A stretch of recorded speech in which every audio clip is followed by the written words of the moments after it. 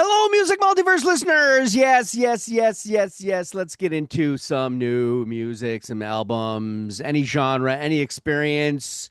Could be someone you've never heard of before, could be legends, could be a fan favorite, radio darling, or a complete obscurity. Welcome to Album Review, Saturdays 2026. This is episode 12. And of course, joining me in my musical mayhem and picks that make no sense. Damn, Deb Armitage Hicks Maloney. Like I said, no bullshit here. We listen to these albums through and through multiple times. No sway, no wheelhouse chosen, no common thread. Sometimes we even got to go, oh, can't listen to that album. This is an extension of the article section on beyondyourradio.com. So you can go there. I'm foolishly still writing these things and creating links and doing double the work. Besides that, you're here because if you're not, this is the new thing for you. If you just joined us, there's going to be 3 more reviews that are not on the site. So you stick around for those, or you fast forward and piss me off. Again, if this is your first time joining us, hey, I'm pleased. If you've been here multiple times, awesome. Keep it up. I will eventually pay you. Like I said, I would. If you like what you're hearing and have yet to subscribe, the idea here is subscribe. That way you don't miss a thing. All right. So anybody who's hooked, here we go. This album review Saturday, episode 12 of 2026. We go back a few weeks to a very interesting album for a Berlin artist that was cultivating a garden of music in a most unusual fashion, or fearful minimalism. Kind of a sonic breath, if you will, of life and brewing tempest that definitely impacts the art of songwriting as much as it kind of tugs at your soul and your mind's ear. This is one of those albums that just might have been left because of the amount. And I kind of saw it and I went back. Yeah, and I know, and is in there. Then we get right into the earth again, but the earthy grit and blues soul of a long-standing Southern rock and roll band that is finding a fantastic return to familiar form, creating another great musical companion in their catalog. See what I did there? Then I finally take the deepest dive into a singer-songwriter that I've disagreed with and accolades and album praise for quite some time. I guess I mitskied the bus on that one. Did something happen to me on this album? Let's get into it. Some brand new worthy albums, shall we? Sure, we should. All right, so here's the Audible this week. Doesn't happen all the time, but we were unable to listen to Johnny Blue Skies because of all kinds of. Well, you can look it up online and see all the frustrations of people trying to get the album. So we went to Lucy Kruger and the Lost Boys, Pale Bloom. I knew nothing. I believe of Lucy. I looked at the albums of prior, and I said, I don't remember seeing any of those or putting those on my list. I did do a couple of checks, and I did find an album in my 2019 or something like that had the one there, but no review, so I never listened to it. Nothing looked familiar. So why do I start the article like this? Because it's astounding to me that at a last minute and a go back choice that might actually have gone unlistened because it's back in February, is in a position right now to wow me in a certain aspect like this without me having any prior knowledge of an individual. The reason for this, well, Pale Bloom is I don't know, it's exactly for me that wispy, angular, minimalistically spiked, and darkly tainted, explorative, deep soul dive alternative that the likes of Heather Nova, PJ Harvey, Hope Sandoval, Beth Orton, even Thea Gilmore, hell, there's even a little Portishead. And there's actually even the breath of Predator, yes, the movie, in the backing of this album. Yeah, there's all. This is like a living organism going on in the background. This Berlin singer-songwriter, Lucy Kruger, has a signature that tugs at the very heart of struggling to be human, part of the soil of life that breathes and interacts with every living organism and companion on this planet that's spinning mercilessly to some cosmic end. Ooh. Yeah, not only do you feel the undertone of dread of weight in the instrumentals and her vocal pattern, which is you'll pick up on it right away. Um, you also get beauty and breakdown associated with the experience. The importance here of Pale Bloom, it's cohesion that has to exist to find that, and Lucy Kruger has found that with her Lost Boys. See, this is you can't do it all, and it all comes wonderfully, darkly, and uniquely to your ear because they're sharing in this soil of creativity and connectedness. When the album kicks off with the unbelievably delivered Bloom, Knowing I'd have to show my growth, my garden is anemic, my petals white as snow. I've stitched them to the ceiling, so no one looks below. My garden is anemic, my petals pressed in rows. I've labeled them for meaning, and girl, the rose escape. Goat. you're kind of wondering where this kind of captivation is going to go. It's absolutely breathtaking. The wording is like a blend of adult nursery rhyme and unreasonable. Uh, I don't know what's the word I'm looking for. Poignancy, tribulations of making one's life, and she. If this is not her first record, so this is like this is a progression. Um, Mhm. Her garden is anemic, she says. She's trying to do all she can, but the struggle of the good cells versus the bad cells is continually losing, apparently. I mean, if you're not hooked by the lyrics, which are just equally devastating, they're kind of entrancing and clearly understood, then when the bass line and tempo of Damp kicks in, you're going to realize the dark, dreamy, atmospheric thing she's got going on. You'll be closing. It's just going to close in on your ears, and the passionate panting, we'll call it, a vocal, is sincere. Uh, it's one of the best female albums of the year already, and I know we got a long, long way to go, but it's going to have this lingering effect on you. Is my hope, and damn, Okay. Well, yes, Pale Bloom. She said that the botanical themes are metaphors for her personal development and growth. Like she's been blooming throughout her career. Um, she had a really strict religious upbringing. oh, Um, and from what I read, that was kind of what held her back in some ways with her songwriting until she matured a little bit. Just maybe having something in the back of your head going, maybe I shouldn't say that, or maybe that's a little off beat, not kosher kind of thing. Um, so I only listened to this two times because I thought we were doing another one and I was listening to the wrong album the whole time. So sorry about that. You know how I really don't like certain kinds of jazz because of the chaos that I feel by listening to jazz. Well, this is just the polar opposite, but almost as annoying for me. So my my assessment is not where yours is, but I have to say I didn't give it enough time. I really didn't. I found it emotionless. And so maybe that I wasn't listening to the words because I felt it was too mundane for me. Um, and I kind of laughed after I listened to it the first time when I read that she's known to be on stage giving off a death stare throughout her performance. And that's how I felt she was singing to me.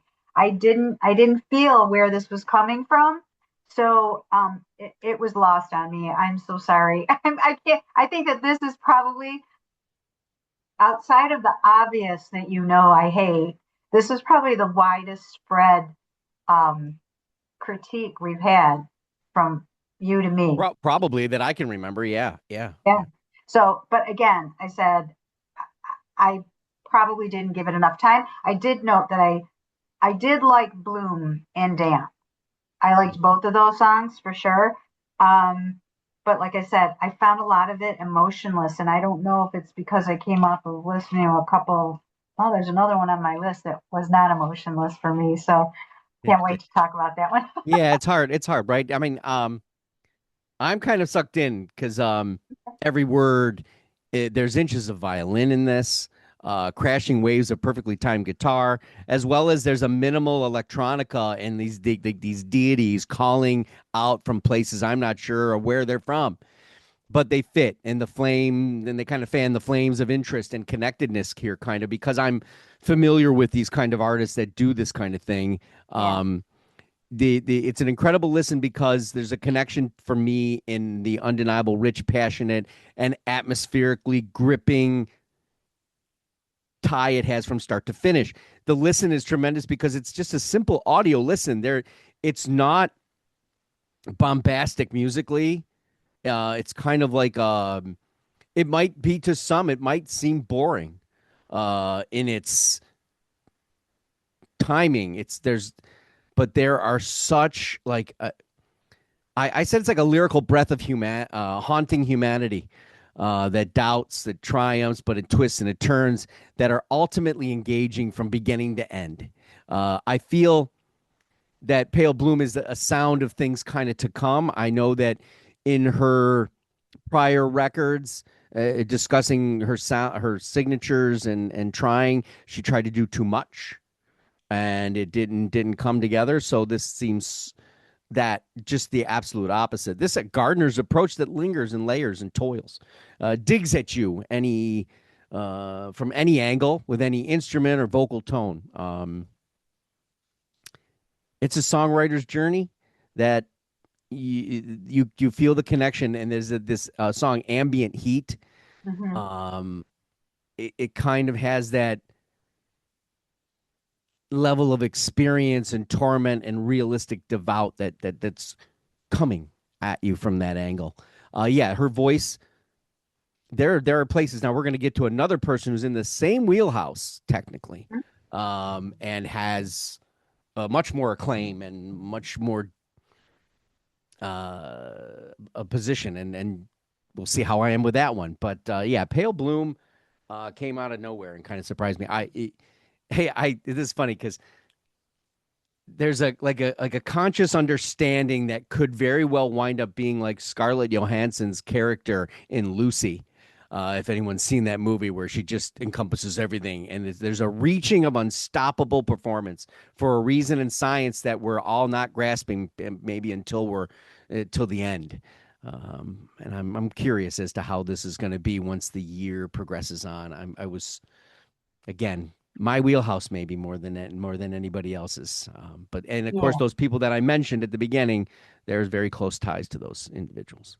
Hmm. Um, so that leads us to a pound of feathers, the Black Crows. Following the absolute success and love of Happiness Bastards in 2024, the veteran Southern blues rock and rollers return with an even more quickly recognizable album, A Pound of Feathers. This is straight up get your blues groove and soulful dance on kind of a record filled to the absolute brim of everything that is in the gusto and the guise of this group.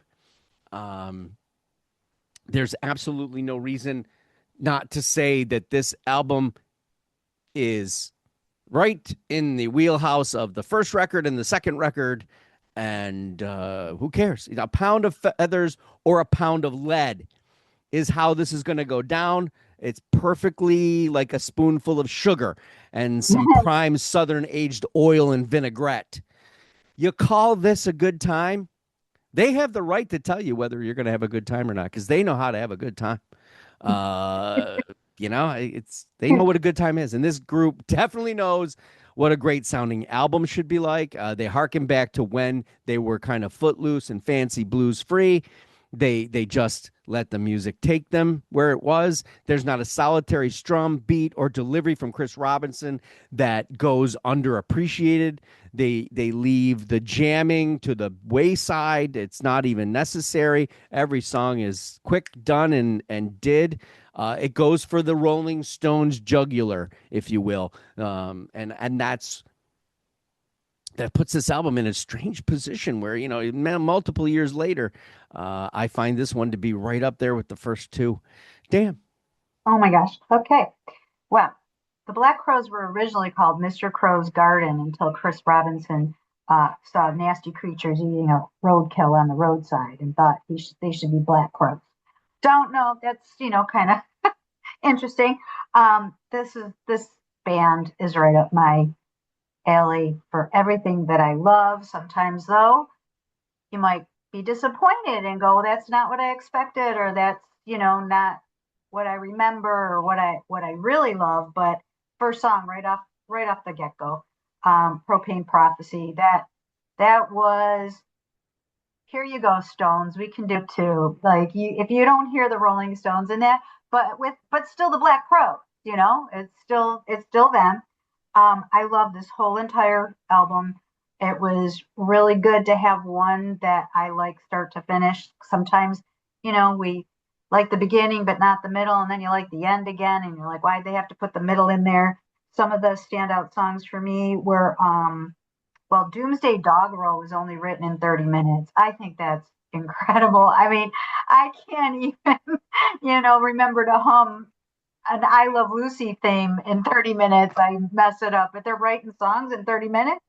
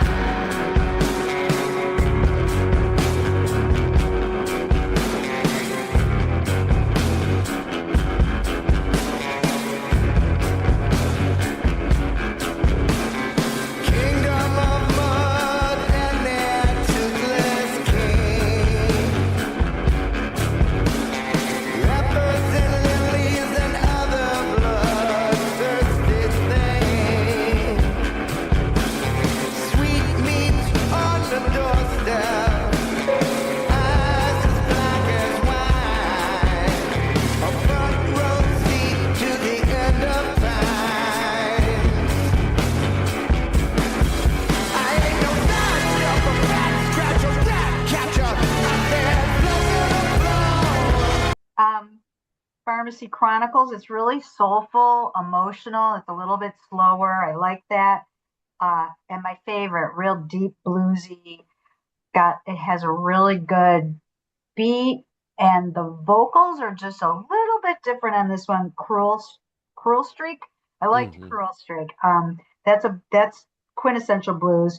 And then High and Lonesome. The guitar on that album was just magnificent. So I kind of did a 180 between Lucy and the Crows here, but you're not surprised, I'm I'm sure. not surprised. No, no. I'm so predictable. Yeah, they had the melody here for what is ailing me.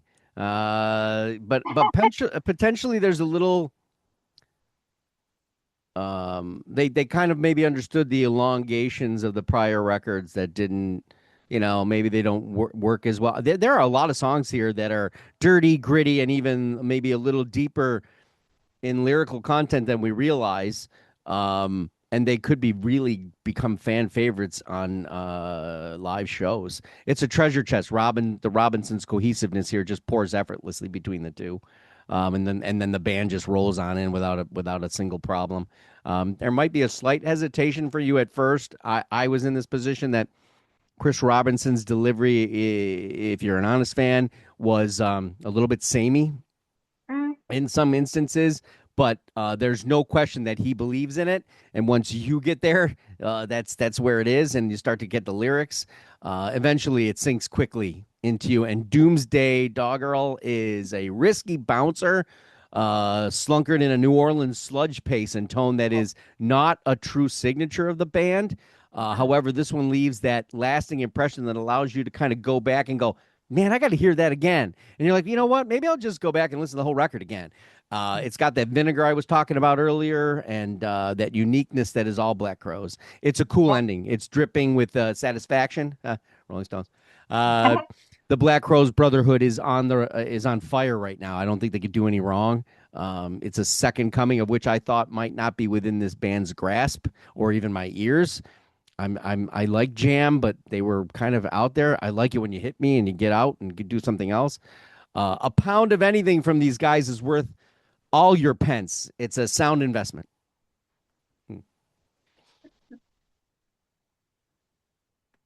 All right, like Jethro Tull, Mitski. Nothing's about to happen to me. I'm back to this lingering artist that has been a critical darling that has forever missed my musical experience. The title is totally apropos to my position. I could really take off from here. I could do all kinds of nothing about something that's not going to happen. I always felt like these albums of hers have literally made nothing happen for me. And yet here I am again, trying once again to find a musical multiverse position because God damn it, is she loved, respected, critically acclaimed, since that 2016 record. What was before your Cowboy? Puberty. Puberty 2. Yeah, Puberty. Not the album, not her. That album crushed it. It was like an art pop centric thing. They figured she had some punk in her and this indie position, and I didn't get a bloody thing out of it. It was on everybody's list of best albums and not mine. Then it happened again with Be the Cowboy, and then it happened again with something else, and Laurel Hell, and then she wasn't going to sing anymore. She was done with the industry because of whatever. Wham, wham, wham. Now you're really pissing me off because you got a gift and everybody loves you, and now you're like, oh, this isn't for me. What are you gonna I don't know. It just pisses me off. I don't know why, but you got a talent. Things are working for you, and now you're gonna. I think it's almost like a stage lie. Oh, can't do this anymore. It's so rough, it's so tough. She's nominated for an Oscar for This Is a Life. For Everything Everywhere All at Once. She's like, nothing is going absolutely wrong, but nothing's happening for me. So here comes this record. She's no stranger to soundtrack work, but I'm starting to. This album, for some reason, it's finally been getting intriguing to me. A place, it's got a wonderful, nice sound to it. Palettes that fit the full album of arrangements. It's a little safe. It doesn't have that punk. It doesn't have that. It's basically a soft, alternative, adult alternative, maybe. Yeah. All right, a little. It gets country-ish in a way, but and you want to know how I know it's working on me? Because there's 2 songs about cats, and I freaking hate cats. And my cat just jumped away because he doesn't want to hear. The most entitled. Oh God! What? Love my cat. Most over-entitled, lazy species of soul-sucking, 4-legged, attitude, codependent, quiet monsters lurking anywhere in the universe. Oh my God! I love the sound, the presence of it, her voice on the entire record. It fits. It's falling so far from what I remember of Puberty 2 or even Be the Cowboy. It definitely is smooth and soothing. Glides pretty well with the melodies, as well as she's making sound judgments here that don't seem obtuse to me. There's a sway to it in an indie country style, I guess, if you want to call it that. Nothing's about to happen to me. Happened to me a little, but that's just me. What about Deb?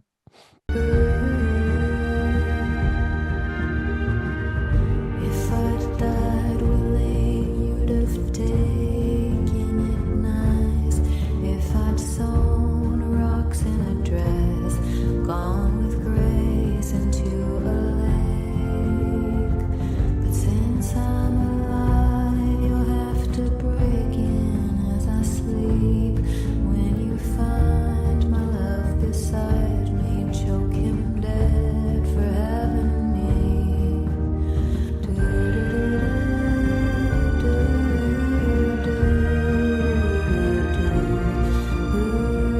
my gosh, I thought we were going to have two here that we were completely on the opposite page, but I don't have this prejudgment of her coming into this. So it wasn't a hard stretch for me to get into this album. It's short too. It's Yeah, only yep. what, 34 minutes. Hmm. Um, yeah, she did the stage adaptation of the Queen's Gambit then, and I love the Queen's Gambit. That was a great series. So I find that interesting. Um, I liked this album. I listened to it several times. Um, some of the standout songs for me, and they were more because of the quiet fuzziness or maybe even some eerie orchestral stuff. But Yes, the I like Dead orchestral. Women. I like Dead Women a lot. Um, there is a theme here because some of these songs are really about relationships and maybe what women do to be in a relationship and give up on themselves. I can kind of relate to that, but the one is "I'll Change for You." That's a sad song. That had a Sarah McLachlan feel to me.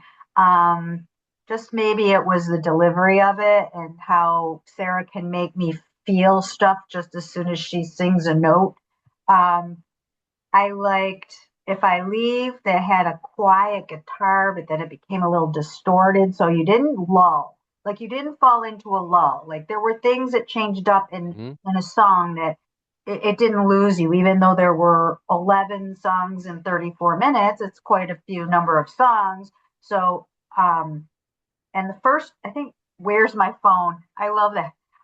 It had like it was fuzzy at first, and then there's like this circus feel, almost like what's going on in your head when you can't find your phone, like that chaos. And then when you find it, all's right with the world, right? So interesting. I'm gonna have to listen to her some of her old stuff so I understand what you were saying here. She's got a kind of an interesting background too, Hmm. right? Didn't Yep. she live in the Congo? And She has been lived yeah, from everywhere: Japan, New York City, the Congo, Turkey, where she yeah, wrote her first song. yes, yes, the Czech Republic. A Hmm. pretty interesting life, I'm sure. Yep. And is that because was her dad or something? Her dad was in the Air Force or in the military, maybe because her I'm dad. That's my assumption. I didn't really get into it because I was again struggling to go, I got to do this, and this is going to take me some time to put my head around So this. I just assumed since her dad is American and her mom is Japanese that he Japanese, yeah. would have, yeah. So that's usually how that goes. But well, good job, Mitski. Eh. Perhaps I'll go back and tackle Be the Cowboy from a different happenstance and find there's a lot more happening that I originally didn't feel. I'm not saying I'm swooning, okay, because I'm still conflicted on how Dead Women can be so wonderfully present and orchestral in nature, and then we go to an easy "If I Leave," nothingness of lovesick regret. Blah. But I'm going to call it an age demographic consequence or the fact that I'm male and she's female. Yeah, Nothing about to happen to me leads me to the cat that lands on its feet always, right? This one landed on its feet much better than anyone that I've listened to, and for that, maybe I'm coming to an understanding of why the cat stretches and the patterns of more of it a bit, and so I can follow along and enjoy a lot more later. Yeah, I don't know. and cats don't always land on their feet, so get that out of your head, and maybe then you won't be, critiquing people with that I'm notion. loving stereotyping this. This is great. All right, so Buck Meek is looking in the mirror. I don't know why. So Buck Meek, big thief, guitarist, Yes. does his best to kind of, I don't know, bounce around the indie rock guitar intimacy, giving a little tidbit here and an anecdote there that sound extremely like all the shit I've already heard from other bands that have already done this, like I don't know, My Morning Jacket or the Everett Brothers or Marcus Mumford and Sons, and in this wheelhouse, right? And even the band Big Thief. The question is he better off accompanied or is the solo effort worth it? I'm up and down on this because there's certain state of position in vocals that don't have any profundity to them or necessity. He's not a singer. And if you're not a singer, then it's got to seem real to me and heartfelt. And I don't know. I sometimes I Yeah. get that, but his guitar work has some interesting parts in it. There's some interesting places that happen in there, but the wording just doesn't stand out as much for me here. But damn, Yeah. I mean, it was an interesting album. It wasn't something that I went, wow, where's this guy been all my life type thing. Um, I I mean, he's had, the normal, what I would say normal artist life, playing jazz guitar at Berklee College of Music and busking in New York City, having people throw money into his little guitar case.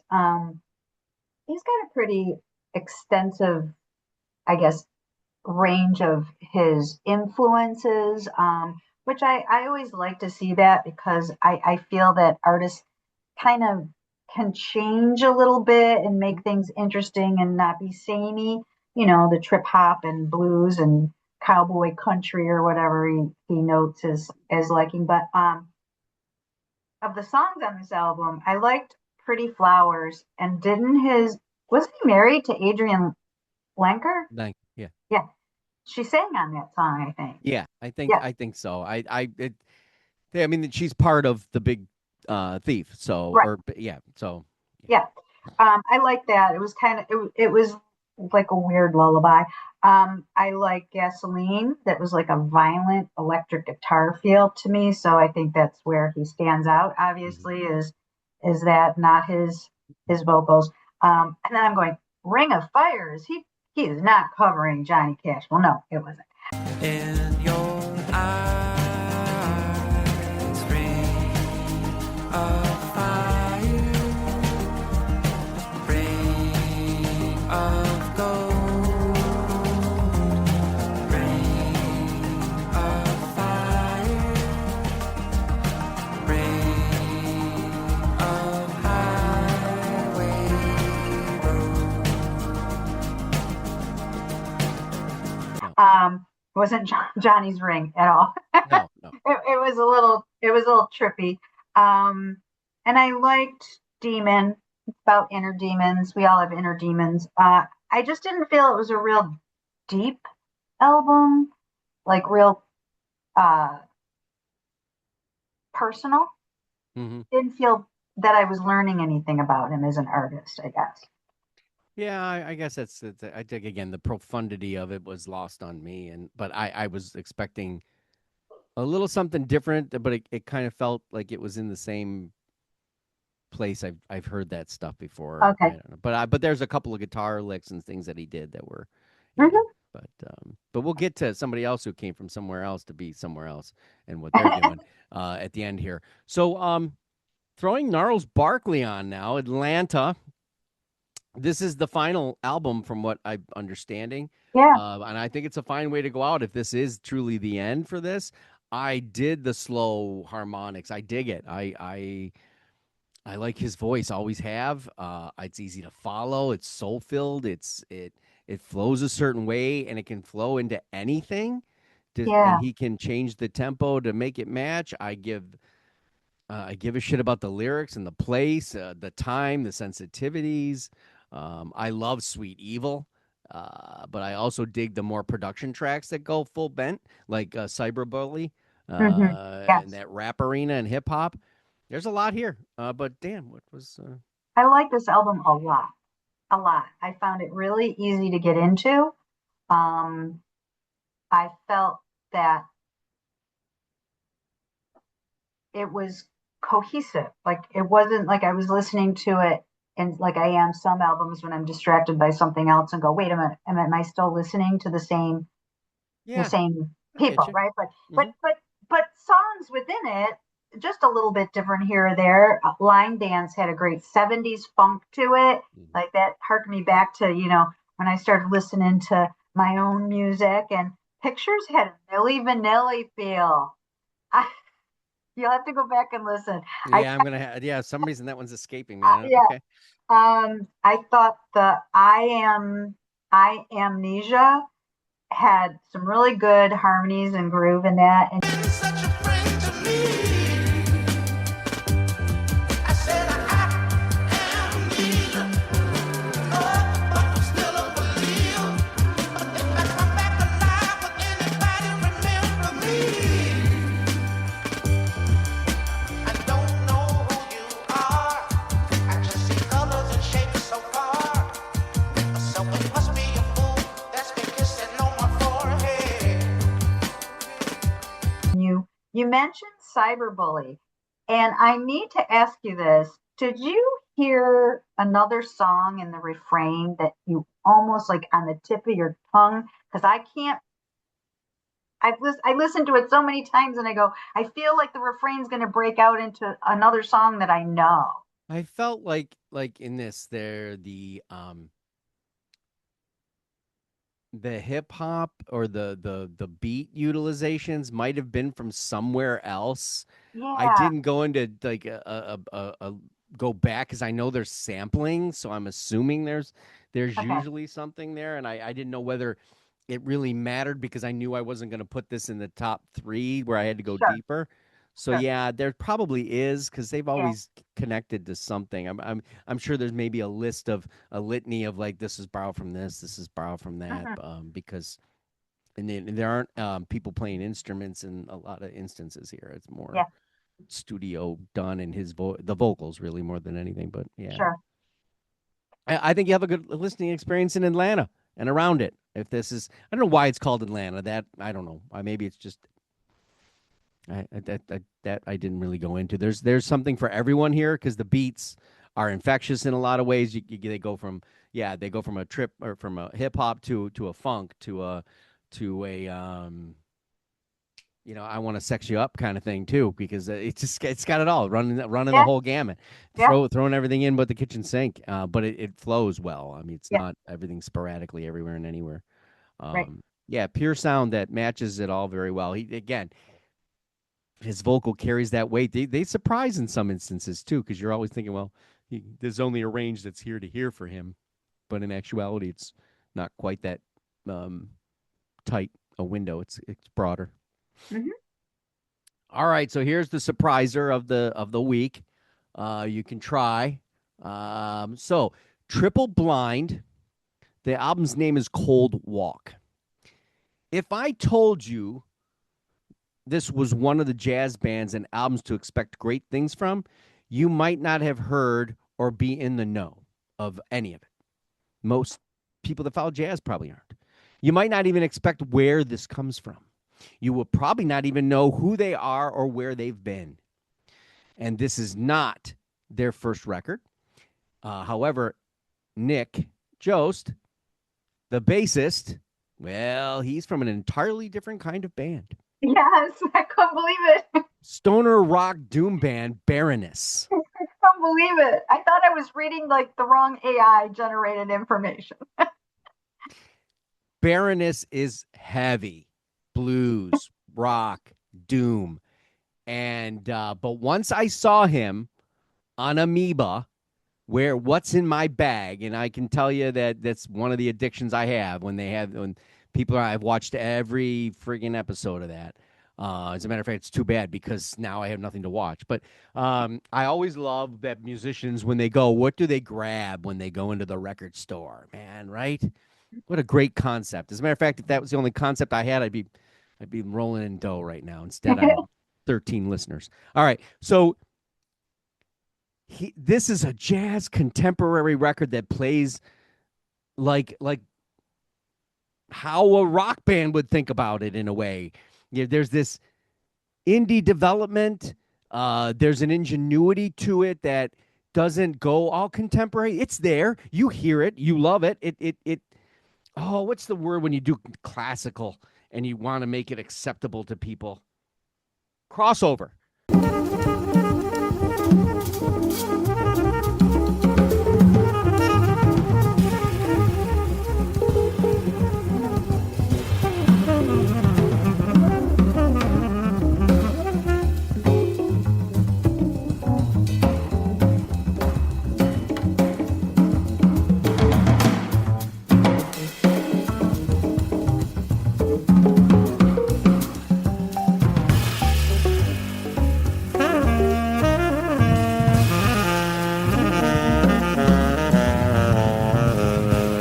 Yeah, Okay. crossover.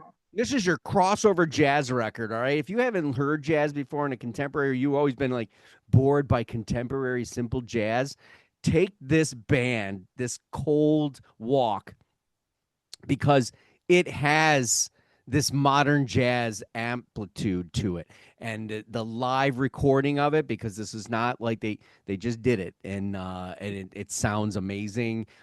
There's familiarities to it, and that's helps you in the crossover, but these guys can play. Damn. Well, it was too chaotic for me. You're not surprised. There were spots where I went, I feel like I could have just made that up. But the trick is I couldn't play it twice the same way. So that's where the talent comes, right? Um, I like syncopation in some of my songs, but this when it seems intentional, this was just too all over the place for me. Because I'm not really a jazz lover.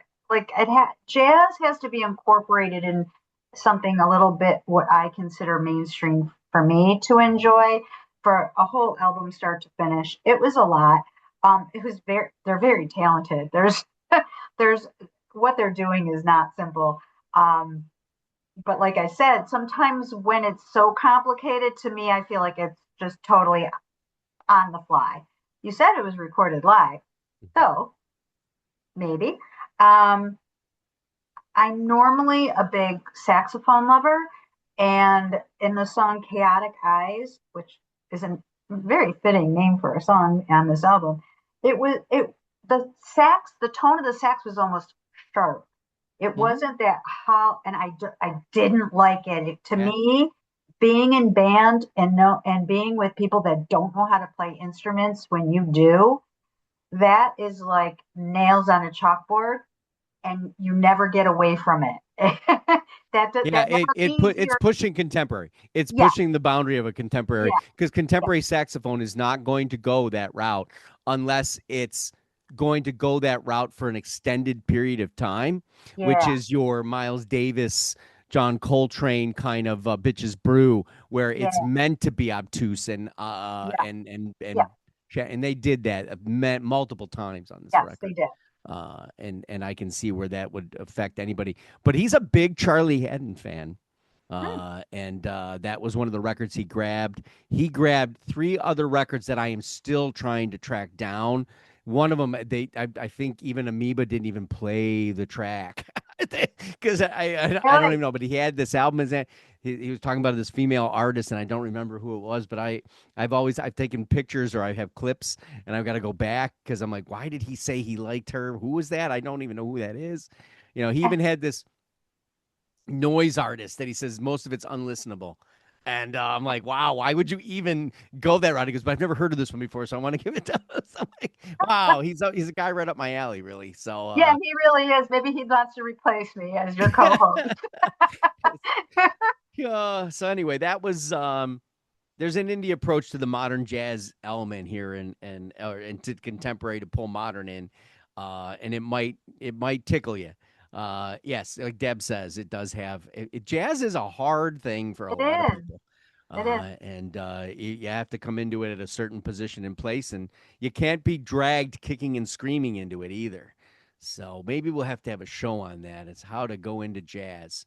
Yeah, Five because albums that might make it easy. yeah, I think that's important because I'm I'm two things.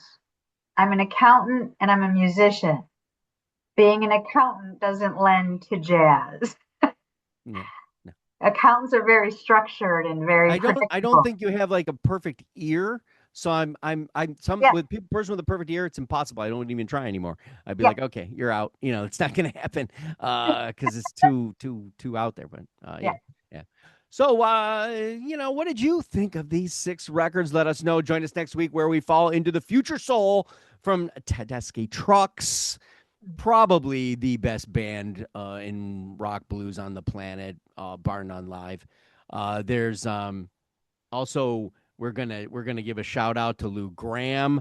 I'm going Mhm. to assume this is going to be the final record. I know that some of this was from older recorded stuff, but he is not well that I'm aware of. So that could be it could be an interesting listen. And then of course we got a lot more. So join us for that. We're on the web at beyondyourradio.com, Facebook, Twitter, Instagram, TikTok, YouTube. TikTok has screwed me over a couple of times where I thought the um, videos were being published that are not, so I gotta like double check No, that stuff.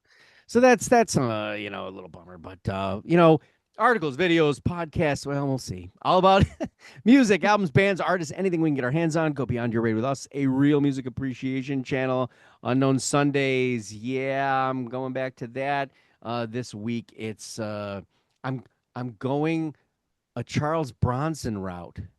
What? oh. As always, thanks for watching and happy listening.